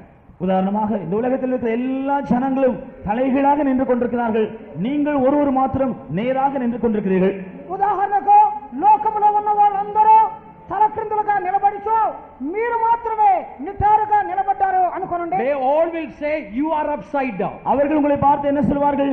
நீங்கள் தலைகீழா இருக்கிறீர்கள் என்றுதான் சொல்வார்கள். వాళ్ళందరూ కలిసి మీరే తలక్రిందులుగా ఉన్నట్లు చెప్పుదురు. So the Bible says when Saint Paul and others who were right side up, when they are, all those who were upside down told, you are the one who is upside down, come here. ஆகவேதான் பரிசுத்த பவுலும் இன்னும் சிலர் எல்லாம் அந்த குறிப்பிட்ட இடத்திற்கு போன பொழுது அங்கே தலைகீழாக இருந்த ஜனங்கள் இவர்களை பார்த்து சொல்கிறார்கள், நீங்கள் இந்த உலகத்தை தலைகீழாக கவிழ்க்க வருகிறீர்களா? పౌలు తక్కిన వారు ఊరికి వెళ్ళి జనులను తలకిందులుగా చేయవారు ఇక్కడికి వచ్చి ఉన్నారని వారు చెప్పినట్టు సందర్భములో Beloved ones, all right. Beloved ones, we need more such upside down people. அருமையானவர்களே, அப்படி தலைகீழாய் நிற்கிற அநேகர் எங்களுக்கு தேவை. ప్రియులారా, తలకిందులుగా చేయు అనేకులు మనకు అవసరమే. How many of you would like to be upside down for Jesus? இயேசு கிறிஸ்துவுக்காக தலைகீழாய் மாறும்படியாக எத்தனை பேர் விரும்புகிறீர்கள்? యేసు క్రీస్తు నిమిత్తమై తలకిందులుగా చేయవాలని ఎంతమంది కోరుతున్నారు? And beloved ones, when Paul became a sober man, the people told he was exceeding mad. பரிசுத்த பவுல் தெளிந்த புத்தியில் ஒரு மனிதனாய் மாறின பின்பு ஜனங்கள் அவனை பார்த்து சொன்னார்கள், இவனுக்கு பித்தம் கொண்டிருக்கிறான், பைத்தியக்காரன் என்று சொன்னார்கள். పరిశుద్ధుడైన పౌలు స్వస్థ బుద్ధితో ఉన్నప్పుడు జనులు ఆయన చూసి చెప్పారు, ఈయనకు వెర్రి పట్టి ఉన్నదని. It is good to be mad for Jesus. இயேசுவுக்காக பைத்தியக்காரனாக மாறுவது மிகவும் நல்லது. యేసు నిమిత్తమై వెర్రి వాళ్ళముగా ఉండుట మనకు మంచిది. Bible says the spiritual man is mad. வேதம் சொல்கிறது ஆவிக்குரிய மனிதன் பைத்தியக்காரன். ఆత్మీయమైన మనుషుడు వెర్రివాడని వాక్యం చెప్తున్నది. Oh, it is good to be mad for Jesus. இயேசுவுக்காக பைத்தியக்காரனாய் மாறுவது நல்லது. యేసు నిమిత్తమై వెర్రి వాళ్ళముగా మారుట మనకు మంచిది. You know, mad people have no worry at all. You ask the mad people, have they got any worry? They say they don't have any worry. பைத்தியக்காரர்களுக்கு இருக்கிற ஒரு காரியம் என்ன தெரியுமா? அவர்களுக்கு எந்த கவலையும் கிடையாது. அவர்களை பார்த்து ஏதாவது கவலை இருக்கிறதா என்று கேளுங்கள், ஒன்றுமே இருக்காது. వెర్రి పట్టిన వాళ్ళని అడిగి చూడండి, వాళ్ళకి ఏ చింత ఉండదు, ఏం జరిగినో ఏ చింత వాళ్ళకి లేదు. Beloved ones, when we in the spiritual sense become mad for Jesus, then we have nothing to worry in the world. அருமையானவர்களே, ஆவிக்குரிய பிரகாரமாக இயேசு கிறிஸ்துவுக்காக நாம் பைத்தியக்காரர்களாய் நாம் மாறுவோம் என்றால் இந்த உலகத்தில் பற்றியதான எந்த கவலைகளுமே நமக்கு இருக்காது. ప్రియులారా, ఆత్మీయముగా యేసు నిమిత్తమై మనం వెర్రివారముగా మారినప్పుడు ఈ లోకమును గురించిన ఏ చింతయో మనకు ఉండదు. And before I close, I would like to come to the word that how do we experience all these 7 wonders in our Christian life. வேதவசனத்தை நாம் பிரசங்கத்தை முடிப்பதற்கு முன்பாக நம்முடைய கிறிஸ்தவ ஜீவியத்தில் இந்த 7 விதமான அற்புதகரமான காரியங்களை நாம் எப்படி அனுபவிக்கலாம் என்கிறதை நான் உங்களுக்கு சொல்லித் தர விரும்புகிறேன். ప్రసంగమును ముగించడానికి ముందుగా ఈ 7 విధములైన అనుభవాలను ఏ విధముగా మనం అనుభవించగలమో అనే కార్యము మాత్రం చెప్పుతాను. Beloved ones, we may experience all these wonders so that we may become a wonder for the glory of God. நாம் எல்லாரும் தேவனுடைய மகிமைக்கு ஏதுவான ஒரு அற்புதமாய் மாறும்படியாக இந்த எல்லா அற்புதங்களையும் நம்முடைய ஜீவியத்தில் அனுபவிக்க வேண்டும். దేవుని మహిమార్థమై మనం ఒక అద్భుతముగా మారినట్లు ఈ అద్భుతములను మనం అనుభవించాలను. And for the key for all these 7 wonders to experience is the first wonder. இந்த எல்லா அற்புதங்களையும் நம்முடைய ஜீவியத்தில் அனுபவிப்பதே முதலாவது ஒரு அற்புதம். ఈ అద్భుతములన్నిటినీ అనుభవించుటకు తాళపు చెవి లాంటిదే మొట్టమొదటి అద్భుతము. We already learned the most wonderful gift of Jesus is grace of God. Is grace. நாம் ஏற்கனவே நாம் படித்தோம், இயேசு கிறிஸ்துவின் மிகவும் அற்புதமான ஒரு வரம் தான் அவருடைய கிருபை.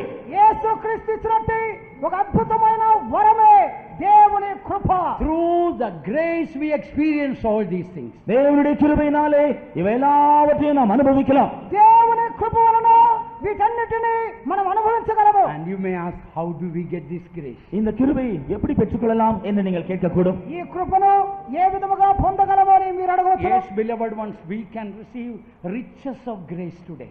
ஆம் அருமையானவர்களே, இன்றைக்கு கிருபையின் ஐஸ்வர்யங்களை நாம் பெற்றுக்கொள்ளலாம். ప్రియులారా, ఈ దినమందు కృప ఐశ్వర్యమును మనం పొందగలము. Turn with me to Ephesians chapter 1 verse 7. எபேசியர் 1 அதிகாரம் 7 வசனத்தை என்னோடு கூட நீங்கள் வேதத்தில் திறவுங்கள். ఎఫెసీ 1 అధ్యాయము 7వ వాక్యమునకు త్రిప్పండి. அவருடைய கிருபையின் ஐஸ்வரியத்தின்படியே இவருடைய இரத்தத்தினாலே பாவ மன்னிப்பாகிய மீட்பு இவருக்குள் நமக்கு உண்டாயிருக்கிறது. In whom we have redemption through his blood, the forgiveness of sins according to the riches of his grace.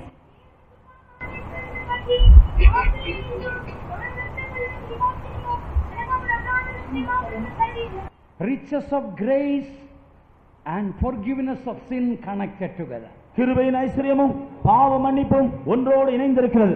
కృప ఐశ్వర్యము పాప క్షమాపణ రెండును చేరి వెలుచున్నవి. Beloved ones, riches of grace is connected with forgiveness. அருமையானவர்களே, தேவனுடைய கிருபையானது மன்னிப்போடு சம்பந்தப்பட்டிருக்கிறது. ప్రియులారా, దేవుని కృపనున్నది క్షమాపణతో చేరుచున్నది. Today, if you have to experience the riches of grace, understand the depth of the the grace in forgiveness. நீங்கள் இன்றைக்கு கிருபையின் ஐஸ்வரியத்தை அனுபவிக்க வேண்டும் என்றால் மன்னிக்க வேண்டியதான கிருபையினால் மன்னிக்க வேண்டியதனுடைய அந்த ஆழத்தை நீங்கள் உணர வேண்டும். కృప ఐశ్వర్యమును మీరు గ్రహించవాలంటే క్షమించినట్టు ఆ లోతైన అనుభవాలను ఎరిగి ఉండవాలి. When the Lord Jesus Christ forgave us, he forgave us by his grace. இயேசு கிறிஸ்து நம்மை மன்னித்த பொழுது அவருடைய கிருபையினால் நம்மை மன்னித்தார். యేసు మనలను క్షమించినప్పుడు ఆయన కృప వలన క్షమించి ఉన్నాడు. That Christ-like forgiveness will make our life real heaven. கிறிஸ்துவை போன்று மன்னிக்கிற ஒரு அனுபவம் நம்முடைய ஜீவியத்தை உண்மையாகவே பரலோகமாய் மாற்றிவிடும். క్రీస్తువలే క్షమించినట్టు అనుభవము మనలను పరలోక అనుభవంగా మార్చును. Some of you might have read in the newspaper that a great saintly man called Richard Wurmbrand died last month. கடந்த மாதத்தில் சில வேளையில் செய்தித்தாளில் படித்திருக்கலாம், ஒரு பெரிய தேவனுடைய மனிதன் ரிச்சர்ட் உம்ராண்ட் கடந்த மாதத்தில் மரித்தார் என்று. వార్తాపత్రికలో చదివి ఉండవచ్చును, గొప్ప భక్తుడైన రిచర్డ్ వుంబ్రాండ్ గారు పోయిన నెలలో మరణించి ఉన్నాడు. He was in Romanian communist prison for 14 years. அவர் ருமேனியாவில் உள்ள கம்யூனிஸ்ட் சிறைச்சாலையில் 40 வருஷங்கள் இருந்தார். ఆయన దాదాపు 40 సంవత్సరములు ఆయన రుమేనియా కమ్యూనిస్ట్ జైల్లో గడిపారు. One day the very communist captain who put him in the prison also landed in prison. ஒரு நாள் அவரை சிறைச்சாலையில் போடுதான் அந்த குறிப்பிட்ட அதிபதியும் கூட அவரோடு கூட சிறைச்சாலைக்குள் வந்தார். ఒకసారి ఆయనను జైల్లో వేసినట్టు ఆ అధికారి ఆయన కూడా జైలు పాలై ఉన్నాడు. Richard was shocked and asked, "Sir, you put me in the prison. How did you come into prison?" Richard அவரை பார்த்து ஆச்சரியப்பட்டு, ஐயா நீர் என்னை சிறைச்சாலையிலே போட்டீர், நீர் எப்படி சிறைச்சாலைக்கு வந்தீர் என்று கேட்டார். రిచర్డ్ గారు ఆశ్చర్యపడి అడిగాడు, అయ్యా మీరే కదా నన్ను జైల్లో వేశారు, మీరే విధముగా ఇక్కడికి వచ్చి ఉన్నారు. You know the answer the communist captain gave? அந்த கம்யூனிஸ்ட் கேப்டன் கொடுத்ததான பதில் என்ன தெரியுமா? కమ్యూనిస్ట్ కెప్టెన్ ఇచ్చిన జవాబు ఏమిటో తెలియనా? I also became a Christian, that's why the government put me in the prison. நானும் ஒரு கிறிஸ்தவனாகிவிட்டேன், ஆகவேதான் அரசாங்கம் என்னையும் சிறைச்சாலையில் போட்டு விட்டது. నేను కూడా క్రైస్తవుడుగా మారి ఉన్నాను, కాబట్టి ప్రభుత్వం నన్ను కూడా జైల్లో వేసినదని This చెప్పారు. communist captain killed so many Christians, put in prison so many Christians, and he became a Christian, and then government put him in prison. இந்த கம்யூனிஸ்ட் கேப்டன் எத்தனையோ கிறிஸ்தவர்களை கொன்று போட்டிருக்கிறான், இவர் எத்தனையோ கிறிஸ்தவர்களை சிறைச்சாலையில் அடைத்திருக்கிறான். இப்பொழுது தான் ஒரு கிறிஸ்தவனாய் மாறின பின்பு அந்த கம்யூனிஸ்ட் அரசாங்கம் அவரையும் சிறைச்சாலையில் போட்டுவிட்டது. ఈ కెప్టెన్ ఎంతో మంది క్రైస్తవులను హింసించి చంపి జైలు పాలు చేసి ఉన్నాడు. ఆయన క్రైస్తవుడుగా మారినప్పుడు కమ్యూనిస్ట్ ప్రభుత్వం ఆయన కూడా జైల్లో వేసి ఉన్నది. Richard Wurmbrand asked, "Sir, how did you become a Christian?" அப்பொழுது ரிச்சர்ட் உம்ராண்ட் அவரை பார்த்து, ஐயா நீர் எப்படி கிறிஸ்தவனாக மாறினீர் என்று கேட்டார். రిచర్డ్ వుంబ్రాండ్ గారు అడిగాడు, అయ్యా మీరు ఏ విధముగా క్రైస్తవులయ్యారు? It is a heart touching story. அது ஒரு இருதயத்தை தொடக்கூடியதான ஒரு கதை, ஒரு சரித்திரம். అది హృదయాన్ని ముట్టునట్టి ఒక కథ ఉన్నది.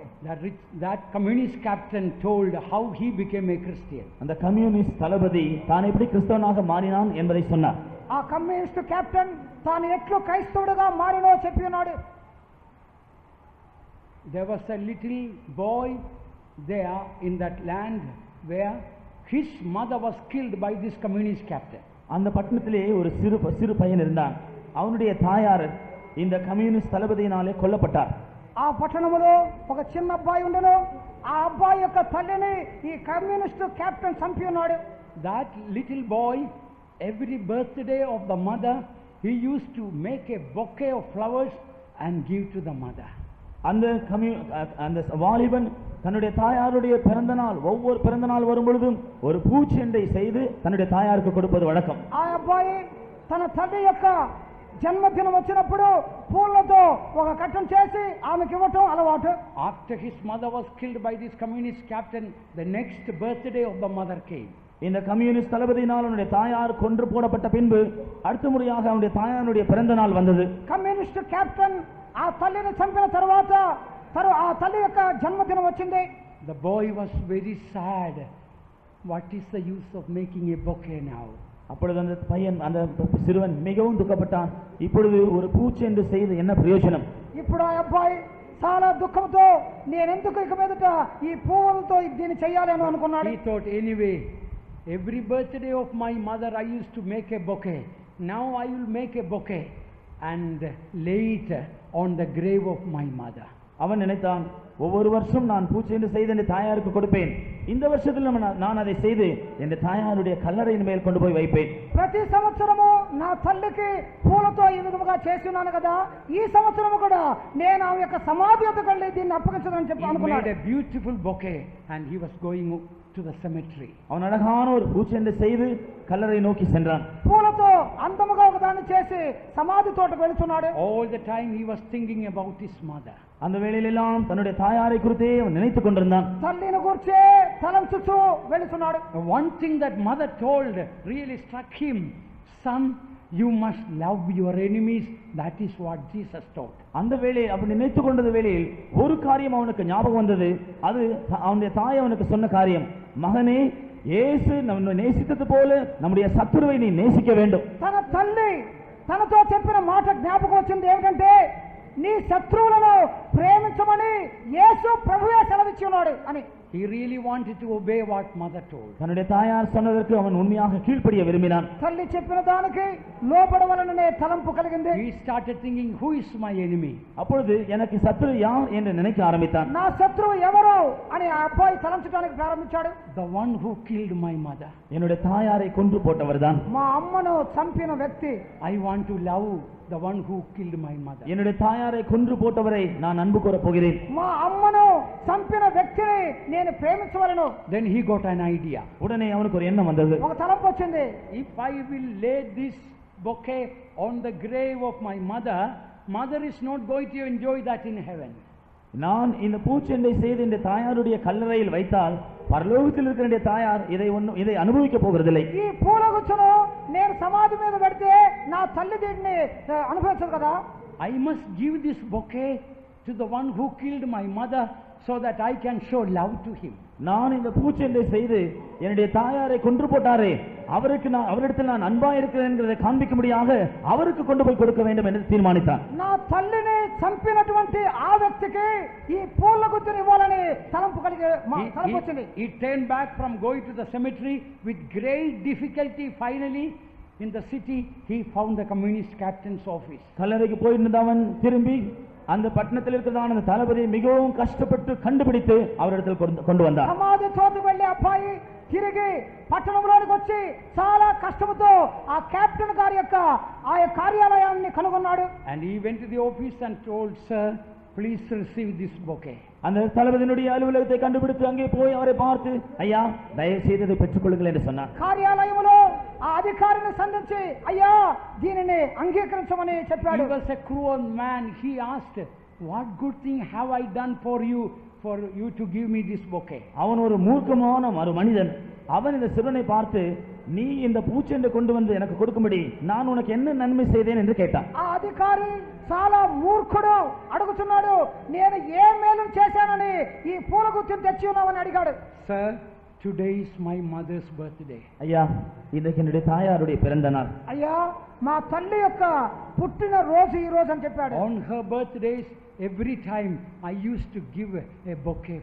அவர்களுடைய பிறந்த நாள் வரும்பொழுதெல்லாம் நான் எப்பொழுதும் இதை போல ஒரு பூச்செண்டு செய்து அவர்களுக்கு கொடுப்பது வழக்கம். ఆమె యొక్క ప్రతి పుట్టుక రోజున పూల గుత్తిని ఆమెకి ఇస్తూ ఉందను. But you killed my mother last year. ஆனால் கடந்த வருஷத்தில் நீங்கள் என்னுடைய தாயாரை கொன்று விட்டீர்கள். పోయిన సంవత్సరం మీరే మా తల్లిని చంపారు. I was on the way to put this bouquet on the grave of my mother. என்ற தாயாருடைய கல்லறையின் மேல் கொண்டு போய் வைக்கலாம், இந்த பூச்செண்டை வைக்கலாம் என்று நான் கல்லறைக்கு போய் கொண்டிருந்தேன். ఆ పూల గుత్తిని ఆమె సమాధి మీద పెట్టవాలని నేను వెళుతూ ఉంటే Then I remembered what my mother taught me, son, love your enemies. That is what our God taught us. அப்பொழுது இந்த தாயார் எனக்கு சொல்லி தந்த ஒரு காரியம் ஞாபகம் வந்தது. மகனே, உன்னுடைய சத்துருவை நீ நேசிக்க வேண்டும், இதைதான் நம்முடைய தேவன் நமக்கு போதித்திருக்கிறார். అప్పుడే నా తల్లి చెప్పినది నాకు జ్ఞాపకం వచ్చినది, కుమారుడా, నీ శత్రువులను ప్రేమించమని చెప్పిన కార్యం జ్ఞాపకం Therefore, వచ్చింది. please receive my bouquet so that my mother will be happy in heaven because I obeyed my mom. தயவு செய்து இந்த பூச்செண்டை ஏற்றுக்கொள்ளுங்கள், அதனால் பரலோகத்தில் இருக்கிறதான் என்னுடைய தாயார் அவர்கள் சொன்ன வார்த்தைக்கு நான் கீழ்ப்படிந்தேன் என்று அறிந்து அவர்கள் சந்தோஷப்படட்டும். దయచేసి ఈ పూల గుత్తిని అంగీకరించండి, నా తల్లి చెప్పిన మాటలకు నేను నిలబడి ఉన్నానని ఆమె సంతోషముగా ఉండాలి అని When చెప్పాడు. that boy told this, you know what happened to the captain? இந்த சிறுவன் இந்த காரியத்தை சொன்ன பொழுது அந்த தளபதிக்கு என்ன நடந்தது தெரியுமா? ఈ అబ్బాయి ఈ కార్యములు చెప్పినప్పుడు ఏం జరిగినదో తెలియనా? Hard-hearted man's heart was melted. கடின இருதயமுள்ள மனிதனுடைய அந்த இருதயம் உருகியது. కఠిన హృదయం కలిగిన ఆయన హృదయమే కరిగిపోయింది. He never heard about it, loving the enemies. All the communists, they learned was to kill the enemies. கம்யூனிஸ்ட்காரர்கள் எல்லாரும் சத்துருக்களை கொன்று போட வேண்டும் என்று தான் கற்றுக்கொண்டிருக்கிறார்கள். ஒரு காலம் இந்த தளபதி சத்துருவை நேசிக்க வேண்டும் என்கிற காரியத்தை கற்றுக்கொண்டதே இல்லை. కమ్యూనిస్ట్ వాళ్ళు శత్రువులను చంపండి అనే కార్యాలే విని ఉన్నారు కానీ శత్రువులను ప్రేమించమనే విషయాన్ని విని ఉండలేదు. Instead of taking the bouquet, the captain took the boy into his hands. அந்த பூச்செண்டை வாங்குவதற்கு பதிலாக அந்த சிறுவனை அந்த தளபதி அப்படியே தன்னுடைய கையில் எடுத்தார். పూల గుత్తిని తీసుకొంటకు ముందుగా ఆ యొక్క అబ్బాయిని ఆ కెప్టెన్ గారు అట్లాగే లాక్కున్నాడు. Son, from today your mother's God is my God. மகனே, இன்று முதல் உன்னுடைய தாயாருடைய தேவன் தான் என்னுடைய தேவனும் கூட. కుమారుడా, ఈ దినం మొదలుకొని నీ తల్లి దేవుడే నాకు దేవుడై ఉన్నాడు. To love the enemies, I want to do that. சத்துருவை நேசிக்கும்படியாக நான் அதை செய்ய விரும்புகிறேன். శత్రువులను ప్రేమించుటకై నేను ఆ కార్యమును చేయగలను. He became a strong Christian for Christ in Romania. அதன் பின்பு ருமேனியாவிலே கிறிஸ்துவுக்காக மிகவும் உறுதியான ஒரு கிறிஸ்தவனாய் அவர் மாறிவிட்டார். రుమేనియా దేశములో ఒక చాలా స్థిరమైనట్టి క్రైస్తవుడుగా మారి ఉన్నాడు. And the government put him in prison. அதனால் அரசாங்கம் அவரை சிறைச்சாலையில் அடைத்தது. ప్రభుత్వము ఆయనను చెరసాలలో వేశారు. That is, beloved ones, that what that mother taught, that every one of us should be like that mother, to live and to teach that forgiving love of Jesus. அந்த தாயார் எப்படி அந்த சிறுவனுக்கு போதித்தார் என்று பாருங்கள். நாம் ஒவ்வொருவரும் அந்த தாயாரை போல இயேசு கிறிஸ்து சொன்னது போல சத்துருக்களை நேசிக்கவும் மன்னிக்கவும் மற்றவர்களுக்கு நாம் கற்றுக் கொடுப்போம். அப்படி நாம் ஜீவிப்போம். ఆ తల్లి చిన్న బిడ్డకు నేర్పిన విధముగా మనమును శత్రువులను ప్రేమించవలననే యేసు ప్రభు యొక్క బోధనను ఇతరులకు బయలుపరచాలి. If we want to experience riches of grace, beloved ones, we must love our enemies with Christ-like love. அருமையானவர்களே, கிருபையின் ஐஸ்வரியத்தை நீங்கள் அனுபவிக்க வேண்டும் என்று விரும்புகிறீர்கள் என்றால் கிறிஸ்துவ விதமாக தன்னுடைய சத்துருக்களை நேசித்தாரோ அதை போல நாம் நம்முடைய சத்துருக்களை நேசிக்க வேண்டும். కృప ఐశ్వర్యమును అనుభవించాలంటే క్రీస్తు శత్రువులను ప్రేమించిన విధముగా మనమును ప్రేమించవలెను. How much you love your enemies, that much only you love Jesus. நீங்கள் உங்களுடைய சத்துருக்களை எவ்வளவாக நேசிக்கிறீர்களோ அவ்வளவுதான் உங்களுடைய இயேசுவையும் நீங்கள் நேசிக்கிறீர்கள். మీరు శత్రువులను ఎంతవరకు ప్రేమించగలరో అంతగానే యేసును ప్రేమించగలరు. When we have that forgiving love of Calvary, I tell you, beloved one, Christian life will become very easy. அருமையானவர்களே, அந்த கல்வாரியின் மன்னிக்கிற அன்பு நம்முடைய ஜீவியத்தில் வரும் என்றால் நம்முடைய கிறிஸ்தவ ஜீவியம் மிகவும் இலகுவானதாய் மாறிவிடும். ప్రియులారా, కల్వారి యొక్క క్షమించే ప్రేమ మీలో ఉన్న యెడల క్రైస్తవ జీవితము చాలా సులభముగా మారును. If your neighbors are not saved, if your friends are not saved, many others are not saved, perhaps you have not shown Christ-like love which that mother taught the boy. உங்களுடைய அயலகத்தார் இன்னும் ரட்சிக்கப்படாமல் இருந்தால், உங்களுடைய நண்பர்கள் ரட்சிக்கப்படாமல் இருந்தால், மற்றவர்கள் இன்னும் உங்களுக்கு அறிமுகமான மற்றவர்கள் ரட்சிக்கப்படாமல் இருந்தால் அதற்குரிய ஒரு காரணம் என்ன தெரியுமா? நீங்கள் இன்னும் கிறிஸ்து நேசித்தது போல, சத்துருக்களை நேசித்தது போல, அந்த தாயார் அந்த சிறுவனுக்கு சொல்லிக் கொடுத்தது போல நீங்கள் அவர்களிடத்தில் உங்களுடைய அன்பை காட்டவில்லை. మీ పొరుగువారు, స్నేహితులు, తక్కిన వారు రక్షణ పొందకుండా ఉన్నారంటే ఆ తల్లి తన కుమారుడికి నేర్పిన విధముగా శత్రువులను ప్రేమించే అనుభవం మీరు బయలుపరచలేదని అర్థం. I have seen so many people, as they forgave others, their sickness healed also. நான் எத்தனையோ பேருடைய விஷயத்தில் கவனித்திருக்கிறேன். அவர்கள் மற்றவர்களை மன்னித்த மாத்திரத்தில் அவருடைய வியாதிகள் குணமடைந்திருக்கின்றன. నేను అనేకులను గమనించున్నాను. వారు ఇతరులను క్షమించిన సందర్భంలో వారి వ్యాధులు స్వస్థతపడెను. One diabetic person instantly got healed as he forgave others. சர்க்கரை வியாதினால் கஷ்டப்பட்டுக் கொண்டிருந்தான ஒருவர் மற்றவர்களை மன்னித்த அதே நிமிஷத்தில் அவர் பூர்ண குணமடைந்தார். చక్కెర వ్యాధితో కష్టపడుతున్న ఒక వ్యక్తి ఇతరులను క్షమించిన అదే క్షణంలో స్వస్థతను పొందారు. Forgiveness and healing, they go together, beloved ones. அருமையானவர்களே, இந்த மன்னிப்பும் சுகமும் ஒன்றோடு இசைந்தே இருக்கும். ప్రియులారా, క్షమాపణ, స్వస్థత ఇవి రెండును ఏకముగా వెళుచున్నవి. And as I close my verse, என்னுடைய வார்த்தைகளை நான் முடிப்பதற்கு முன்பாக నా మాటలను క్లుప్తపరచుటకు if ముందుగా we want to experience the grace of God, தேவனுடைய கிருபையை நீங்கள் அனுபவிக்க வேண்டும் என்றால் దేవుని కృపను మీరు అనుభవించవాలంటే forgive as Christ forgave. கிறிஸ்து மன்னித்தது போல மன்னியுங்கள். క్రీస్తు క్షమించినలాగున క్షమించండి. Maybe you may be suffering with some sickness. நீங்கள் ஒருவேளை ஏதாகிலும் வியாதியினால் கஷ்டப்பட்டுக் கொண்டிருக்கலாம். ఒకవేళ మీరు వ్యాధులతో కష్టపడుతుండవచ్చు. Now you can be healed. இப்பொழுதே நீங்கள் சுகமடையலாம். ఇప్పుడే మీరు స్వస్థతను పొందగలరు.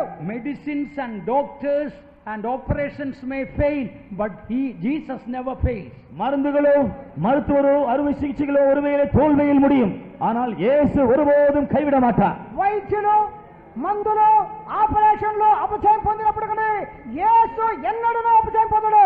It may be shocking to you, but let me tell you from the Bible that in the Bible the word medicine is witchcraft. நான் சொல்வது ஒருவேளை உங்களுக்கு அதிர்ச்சியூட்டக்கூடியதாக இருக்கும் என்றாலும் வேதத்திலிருந்து நான் உங்களுக்கு சொல்ல விரும்புகிறேன், மருந்து என்கிற வார்த்தையினுடைய அர்த்தம் பில்லி சூனியம். నేను కార్యం చెప్పబోతున్నాను, ఆశ్చర్యకరముగా ఉండవచ్చును. దేవుని వాక్యములో మందులు అనే ఆ పదము చేతబడులకు సంబంధముగా వ్రాయబడి ఉన్నది. I have no time to read, but you can make a note. Galatians chapter 5 verse 20. கலாத்தியர் 5ஆம் அதிகாரம் 20ஆம் வசனத்தை குறிப்பிட்டு வைத்துக் கொள்ளுங்கள். எல்லாவற்றையும் விவரமாக சொல்ல இப்பொழுது நேரமில்லை. గలతీ 5వ అధ్యాయము 20వ వాక్యమును మీరు గమనించండి, అన్నిటిని వివరించడానికి సమయం లేదు. Revelation 18:23. வெளிப்படுத்தல் 18ஆம் அதிகாரம் 23ஆம் வசனம். ప్రకటన 18:23వ వాక్యము. All these verses, witchcraft or sorcery mentioned, you read any Bible dictionary, the original word pharmakia or its medicine. இங்கே சொல்லப்பட்டிருக்கிறதான பில்லி சூனியம் இவைகளுக்கு சொல்லப்பட்டிருக்கிறதான வார்த்தை நீங்கள் டிக்ஷனரியிலே படித்து பாருங்கள்.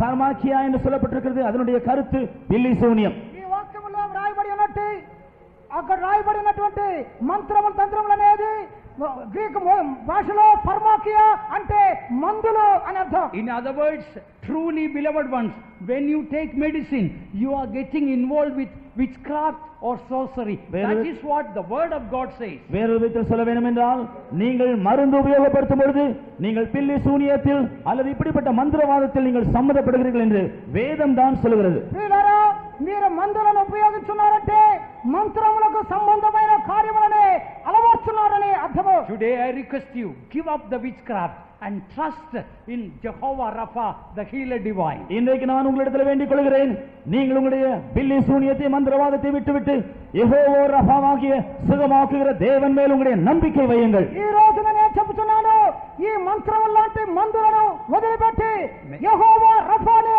దేవుణ్ణి అంగీకరించండి. Make a dedication. Now itself the Lord is able to heal you. இப்பொழுதே நீங்கள் அப்படிப்பட்ட ஒரு தீர்மானம் செய்வீர்கள் என்றால் கர்த்தர் உங்களை உடனடியாக சுகமாக்குவார். ఇప్పుడే అటువంటి తీర్మానం చేసినట్లే ప్రభువు మిమ్మల్ని స్వస్థపరచును. The grace of God that bringeth salvation hath appeared unto all men. எல்லா மனுஷனுக்கும் ரட்சிப்பை அளிக்கத்தக்க தேவ கிருபையானது பிரசன்னமாகி இருக்கிறது. సమస్త జనులకు రక్షణకరమైన దేవుని కృప ప్రత్యక్షమైనది. Now shall we all stand up? The time is up.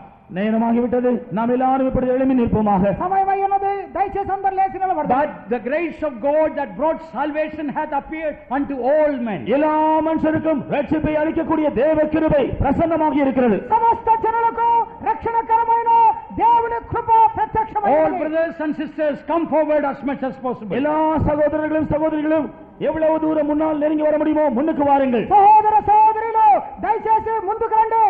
Those who are outside the chairs, I think there is enough room.